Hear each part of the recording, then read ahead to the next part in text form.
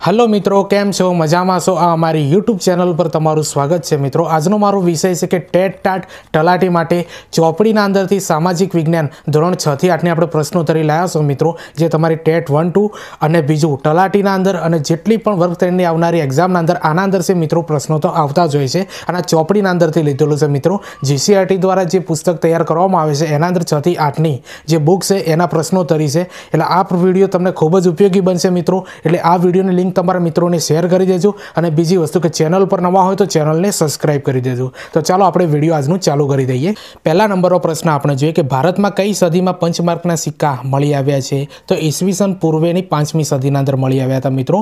પંચમાર્કના સિક્કા ક્યારે મળ્યા હતા? ઈસવીસન પૂર્વેની 5મી સદીના અંદર। હવે બીજા નંબરનો પ્રશ્ન જોઈએ કે જહાંગીરના સમયમાં કયા વિદેશી મુસાફર ભારતમાં આવ્યા હતા? તો સર થોમસ રો આવ્યા હતા મિત્રો, યાદ રાખી લેજો। જહાંગીરના સમયમાં કયા વિદેશી મુસાફર આવ્યા હતા? સર થોમસ રો આવ્યા હતા। હવે ત્રીજા નંબરનો પ્રશ્ન જોઈએ કે કયા લખાણો લાંબા સમય સુધી ટકી રહે છે? તો અભિલેખો મિત્રો, યાદ રાખી લેજો। જે અભિલેખો હોય ને એ લાંબા સમય સુધી ટકી રહેતા હોય છે, કારણ કે પથ્થરના અંદર કોતરણી કરવામાં આવતા હોય છે એટલા માટે। હવે ચોથા નંબરનો પ્રશ્ન જોઈએ કે ભારતમાં કેટલા વર્ષો પહેલાં અનેક શહેરો અસ્તિત્વમાં આવ્યા હતા? તો 4500 વર્ષ પહેલાં, યાદ રાખી લેજો મિત્રો। 4500 વર્ષો પહેલાં ભારતના અંદર અનેક શહેરો અસ્તિત્વમાં આવ્યા હતા।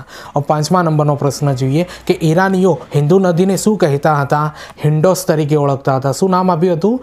જે ઈરાનીઓ હતા ને એ સિંધુ નદીને શું કહેતા હતા મિત્રો? હિન્ડોસ તરીકે ઓળખતા હતા। હવે છઠ્ઠા નંબરનો પ્રશ્ન જોઈએ તે ગ્રીસના લોકો સિંધુ નદીને શું કહેતા હતા? તો ઇન્ડસ તરીકે ઓળખતા હતા। હવે સાતમા નંબરનો પ્રશ્ન જોઈએ કે કયા વેદમાંથી આપણને ભારત નામ જાણવા મળે છે? તો ઋગ્વેદના અંદરથી મિત્રો આપણને ભારત નામ જાણવા મળે છે, યાદ રાખી લેજો। હવે આઠમા નંબરનો પ્રશ્ન જોઈએ કે એવો કયો ઇતિહાસનો સ્ત્રોત છે જેનું લખાણ લાંબા સમય સુધી ટકી રહે છે? તો શિલાલેખો મિત્રો, યાદ રાખી લેજો, શિલાલેખો। અને આપણને ખબર છે કે શિલાલેખો એ પથ્થરની કોતરણીના અંદર કરવામાં આવતા હોય છે એટલા માટે લાંબા સમય સુધી ટકતા હોય છે।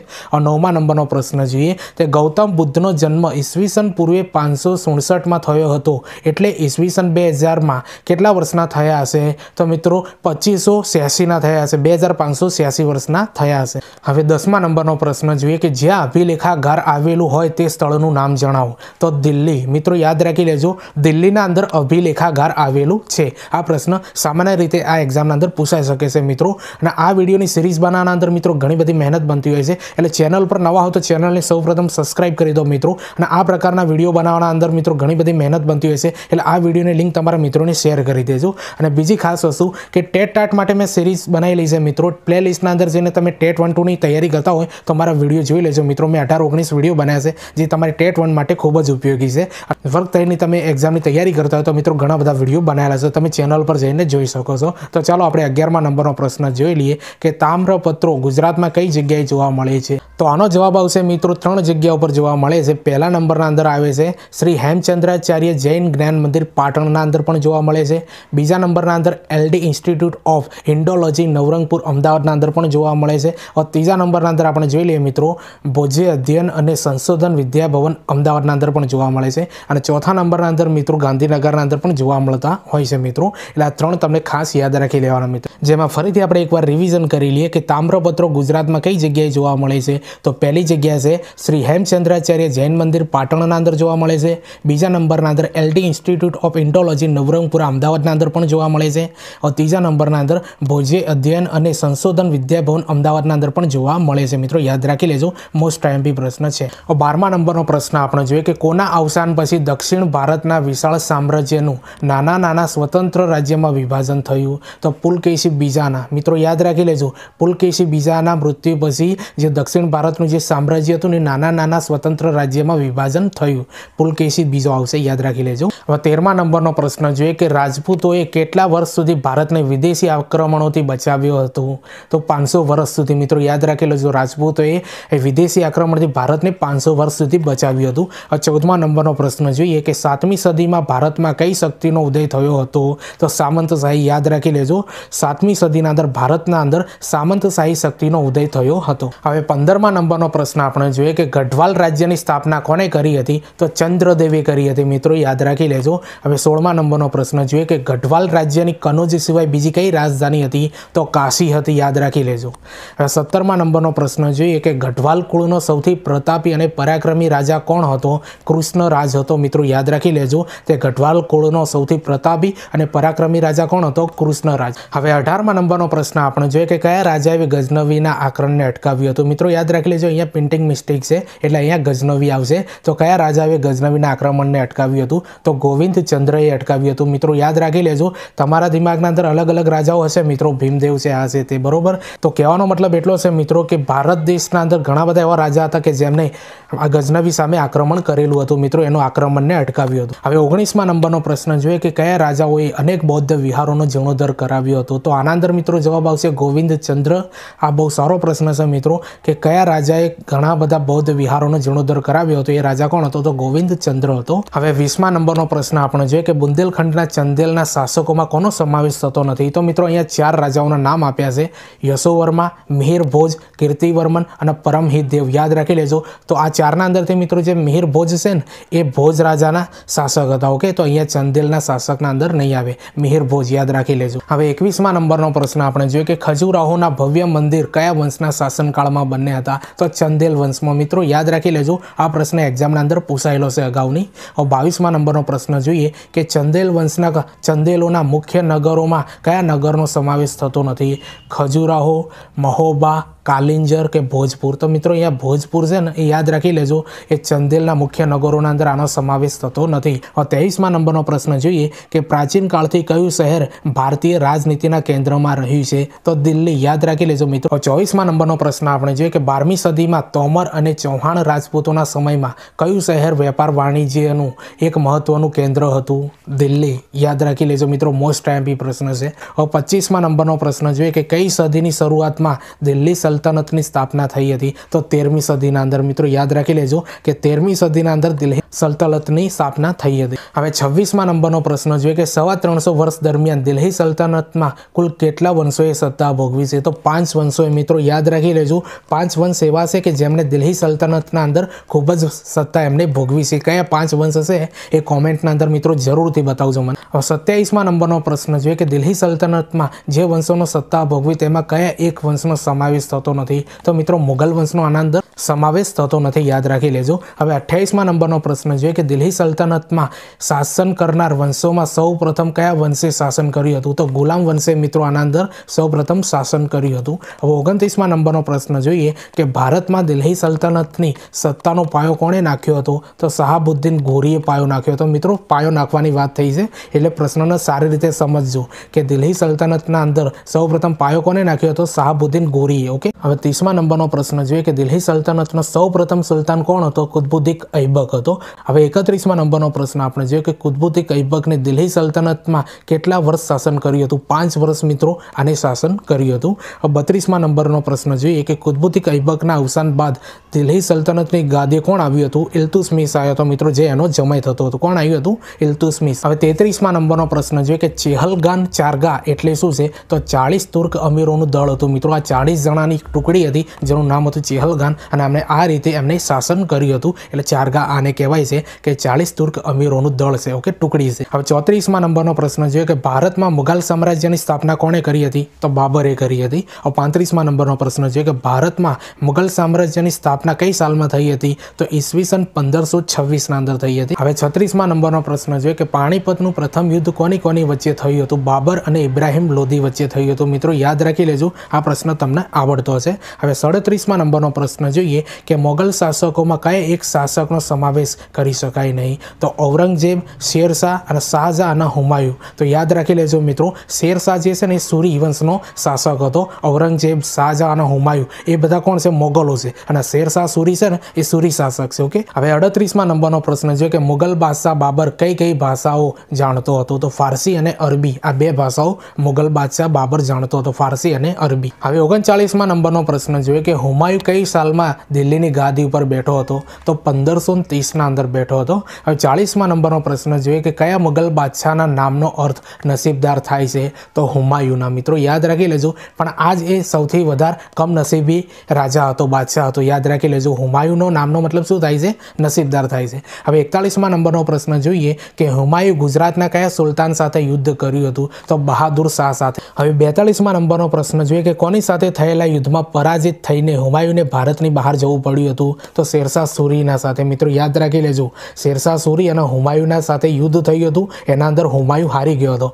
અને પછી હુમાયુને ભારત છોડીને બહાર જવું પડ્યું હતું. હવે 43મા નંબરનો પ્રશ્ન જોઈએ કે કયા દેશના શહેનશાહની મદદથી હુમાયુએ કાબુલ અને કંદહાર જીત્યા હતા? તો ઈરાનના બાદશાહ શહેનશાહથી. ઓકે, યાદ રાખી લેજો, ઈરાનના શહેનશાહની મદદથી. ઓકે. હવે 44મા નંબરનો પ્રશ્ન જોઈએ કે હુમાયુએ ભારત પર ફરીથી પોતાની સત્તા ક્યારે સ્થાપી? તો 1555ના અંદર હુમાયુએ ભારતમાં ફરીથી પોતાની સત્તા સ્થાપી હતી, 1555માં. હવે 45મા નંબરનો પ્રશ્ન જોઈએ કે મૌર્ય યુગ દરમિયાન કયા સ્થાપત્યોનું નિર્માણ થયું હતું? સ્તૂપો અને સ્તંભલેખોનું આના અંદર મિત્રો નિર્માણ થયું હતું. મૌર્ય યુગના અંદર સ્તૂપો અને સ્તંભોનું મૌર્ય યુગ દરમિયાન સ્થાપત્ય થયું હતું. હવે 46મા નંબરનો પ્રશ્ન જોઈએ કે અનુમૌર્ય યુગ દરમિયાન કયા સ્થાપત્યોનું નિર્માણ થયું હતું? તો ગાંધાર અને મથુરા શૈલીના સ્તૂપો. યાદ રાખી લેજો મિત્રો, ગાંધાર અને મથુરા શૈલીના સ્તૂપોનું જે સ્થાપત્યોનું નિર્માણ છે ને, એ અનુમૌર્ય યુગના અંદર થયેલું હતું. 47મા નંબરનો પ્રશ્ન જોઈએ કે ભારત હંમેશા વિશ્વના આકર્ષણના કેન્દ્રમાં રહ્યું છે, તેનું મુખ્ય કારણ કયું છે? તો ભારતની આર્થિક સમૃદ્ધિ.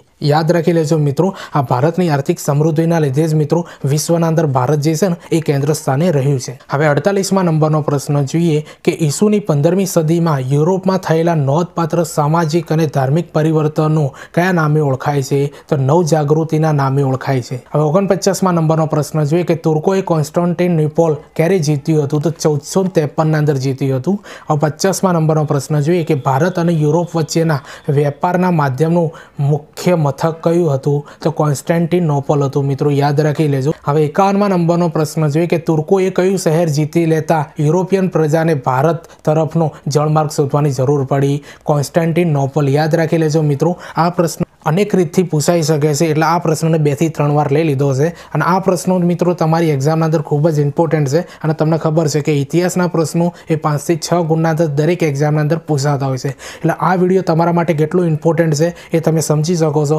અને આ વિડીયોની લિંક તમારા મિત્રોને શેર કરી દેજો. ટેટ 1, 2 માટે, ટાટ માટે, જે કંઈ બી તમે એક્ઝામની તૈયારી કરતા હોય આના અંદરથી 1-2 માર્ક્સનું તો પૂછાશે. અને ચેનલ પર નવા હોય તો ચેનલને સબસ્ક્રાઈબ કરી દેજો. હવે 52મા નંબરનો પ્રશ્ન છે કે ભારતની કઈ વસ્તુઓની યુરોપિયન પ્રજાને અત્યંત આવશ્યકતા હતી? તો મરી મસાલાની. યાદ રાખી લેજો. 53મા નંબરનો પ્રશ્ન જોઈએ કે કયા દેશે ભારત તરફ આવવાનો જળમાર્ગ શોધવાનો પ્રયત્ન ન કર્યો હતો?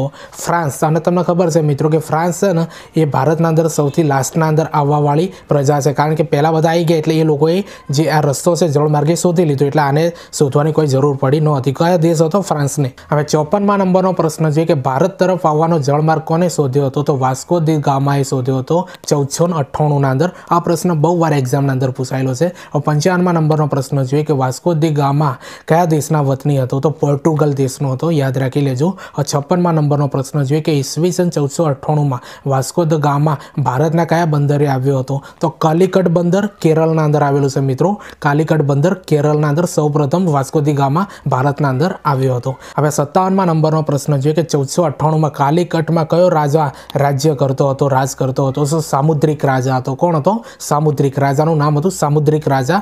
1498ના અંદર કાલિકટ બંદર ઉપર રાજ કરતો હતો. હવે 58મા નંબરનો પ્રશ્ન જોઈએ કે ભારતમાં પોર્ટુગીઝ રાજ્યની સ્થાપના કોણે કરી હતી? તો આલ્ફાન્સો ડી આલ્બુકર્ક. યાદ રાખી લેજો મિત્રો, મોસ્ટ એમપી પ્રશ્ન છે, એક્ઝામના અંદર પૂછાય એવો પ્રશ્ન છે કે ભારતમાં પોર્ટુગીઝ રાજ્યની સ્થાપના કોણે કરી હતી? તો આલ્ફાન્સો ડી આલ્બુકર્કે કરેલી હતી. આલ્ફાન્સો ડી આલ્બુકર્કે. હવે 59મા નંબરનો પ્રશ્ન છે કે પોર્ટુગીઝોએ ગોવાને પોતાની રાજધાની ક્યારે બનાવી? 1530ના અંદર બનાવી આવી હતી।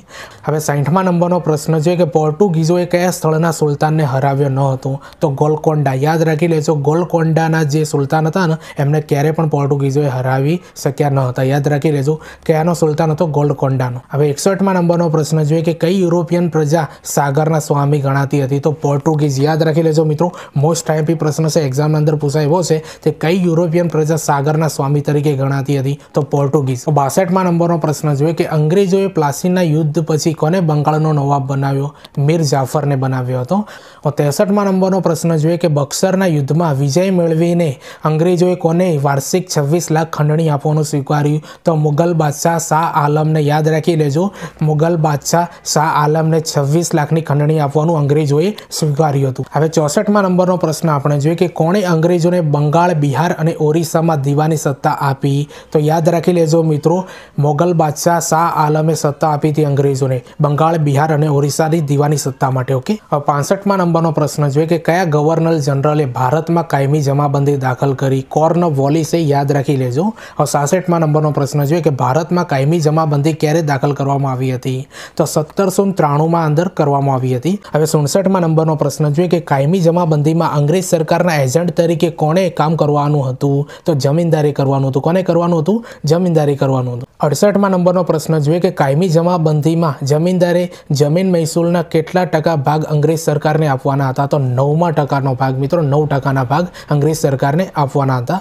હવે 69મા નંબરનો પ્રશ્ન જોઈએ કે પદ્ધતિને કારણે અન્ન ભંડાર તરીકે ઓળખાતું બંગાળ કંગાળ બન્યું? કાયમી જમાબંધીના કારણે। યાદ રાખી લેજો મિત્રો, બંગાળ કંગાળ ક્યારે બન્યું? તો કાયમી જમાબંધીના કારણે એકદમ કંગાળ બન્યું હતું। હવે 70મા નંબરનો પ્રશ્ન જોઈએ તે કાયમી જમાબંધી મહેસૂલ પદ્ધતિ માટે કયું વિધાન બંધ બેસતું નથી, મતલબ ખોટું છે? તો મિત્રો યાદ રાખી લેજો કે આ પદ્ધતિમાં સરકારે જમીન મહેસૂલી ઉઘરાવવાની જવાબદારી ગામના મુખીને સોંપી હતી। મિત્રો અહીંયા મુખી ના આવે પણ અહીંયા આવશે જમીનદાર આવશે, કારણ કે આ બધી કોણ કરતું હતું? જમીનદાર કરતા હતા, એટલા માટે આ વાક્ય ખોટું છે। હવે 71મા નંબરનો પ્રશ્ન જોઈએ કે રૈયતવારી મહેસૂલ પદ્ધતિના પ્રણેતા કોણ હતા? થોમસ મુનરો હતા। યાદ રાખી લેજો, થોમસ મુનરો। 72મા નંબરનો પ્રશ્ન જોઈએ કે થોમસ મુનરો કયા પ્રાંતના ગવર્નર હતા? મદ્રાસ, ચેન્નઈ। યાદ રાખી લેજો મિત્રો, થોમસ મુનરો એ કયા પ્રાંતના ગવર્નર હતા? મદ્રાસ, ચેન્નઈના હતા।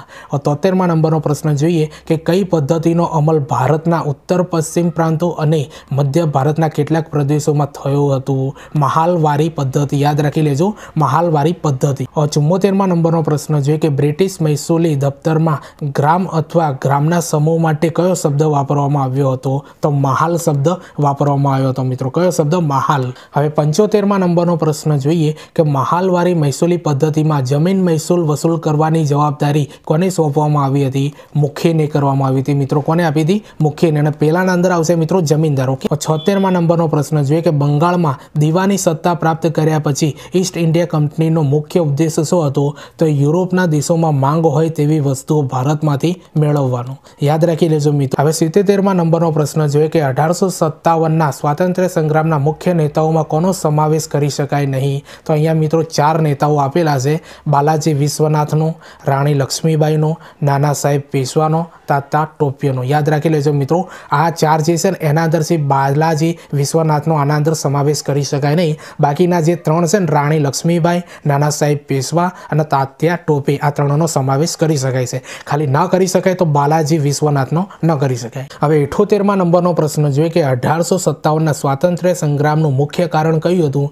તો ભારતમાં બ્રિટિશ સત્તાની સ્થાપના। ઓકે મિત્રો, આ ભારતના અંદર બ્રિટિશ સત્તાની સ્થાપના કરવાની હતી ને એના કારણે આ સ્વાતંત્ર્ય સંગ્રામ આપણે શરૂ કરવાનો હતો, જે 1857ના અંદર। ઓકે। હવે 79મા નંબરનો પ્રશ્ન જોઈએ કે કયા કારણે ભારતીયો રાજકીય સત્તાથી દૂર જતા રહ્યા? તો બ્રિટિશ સામ્રાજ્યવાદને કારણે। યાદ રાખી લેજો મિત્રો, બ્રિટિશ સામ્રાજ્યવાદને કારણે ભારતીયો રાજકીય સત્તાથી દૂર જતા રહ્યા હતા, પણ પાછળથી પાછા પણ આવી ગયા હતા। હવે 80મા નંબરનો પ્રશ્ન જોઈએ કે કઈ સાલ સુધીમાં અંગ્રેજોએ ભારત પર પોતાની સંપૂર્ણ સત્તા સ્થાપી દીધી? તો 1818 સુધીના અંદર। યાદ રાખી લેજો મિત્રો, 1818 સુધીમાં અંગ્રેજોએ ભારત ઉપર પોતાની સંપૂર્ણ સત્તા સ્થાપી દીધી હતી। હવે 81મા નંબરનો અને સૌથી લાસ્ટમાં નંબરનો પ્રશ્ન આપણે જોઈ લઈએ કે સહાયકારી યોજનાનો જનક કોણ હતો? તો લોર્ડ વેલેસ્લી હતા મિત્રો। યાદ રાખી લેજો, લોર્ડ વેલેસ્લીએ સહાયકારી યોજનાની સ્થાપના કરી હતી। તો આ 81 પ્રશ્નો મિત્રો તમને કેવા લાગ્યા છે મિત્રો? આ GCRT આધારિત છે, એટલે આ પ્રશ્નો તમારા માટે ખૂબ જ ઇમ્પોર્ટન્ટ છે અને આ વિડીયોની લિંક તમારા મિત્રોને શેર કરી દેજો।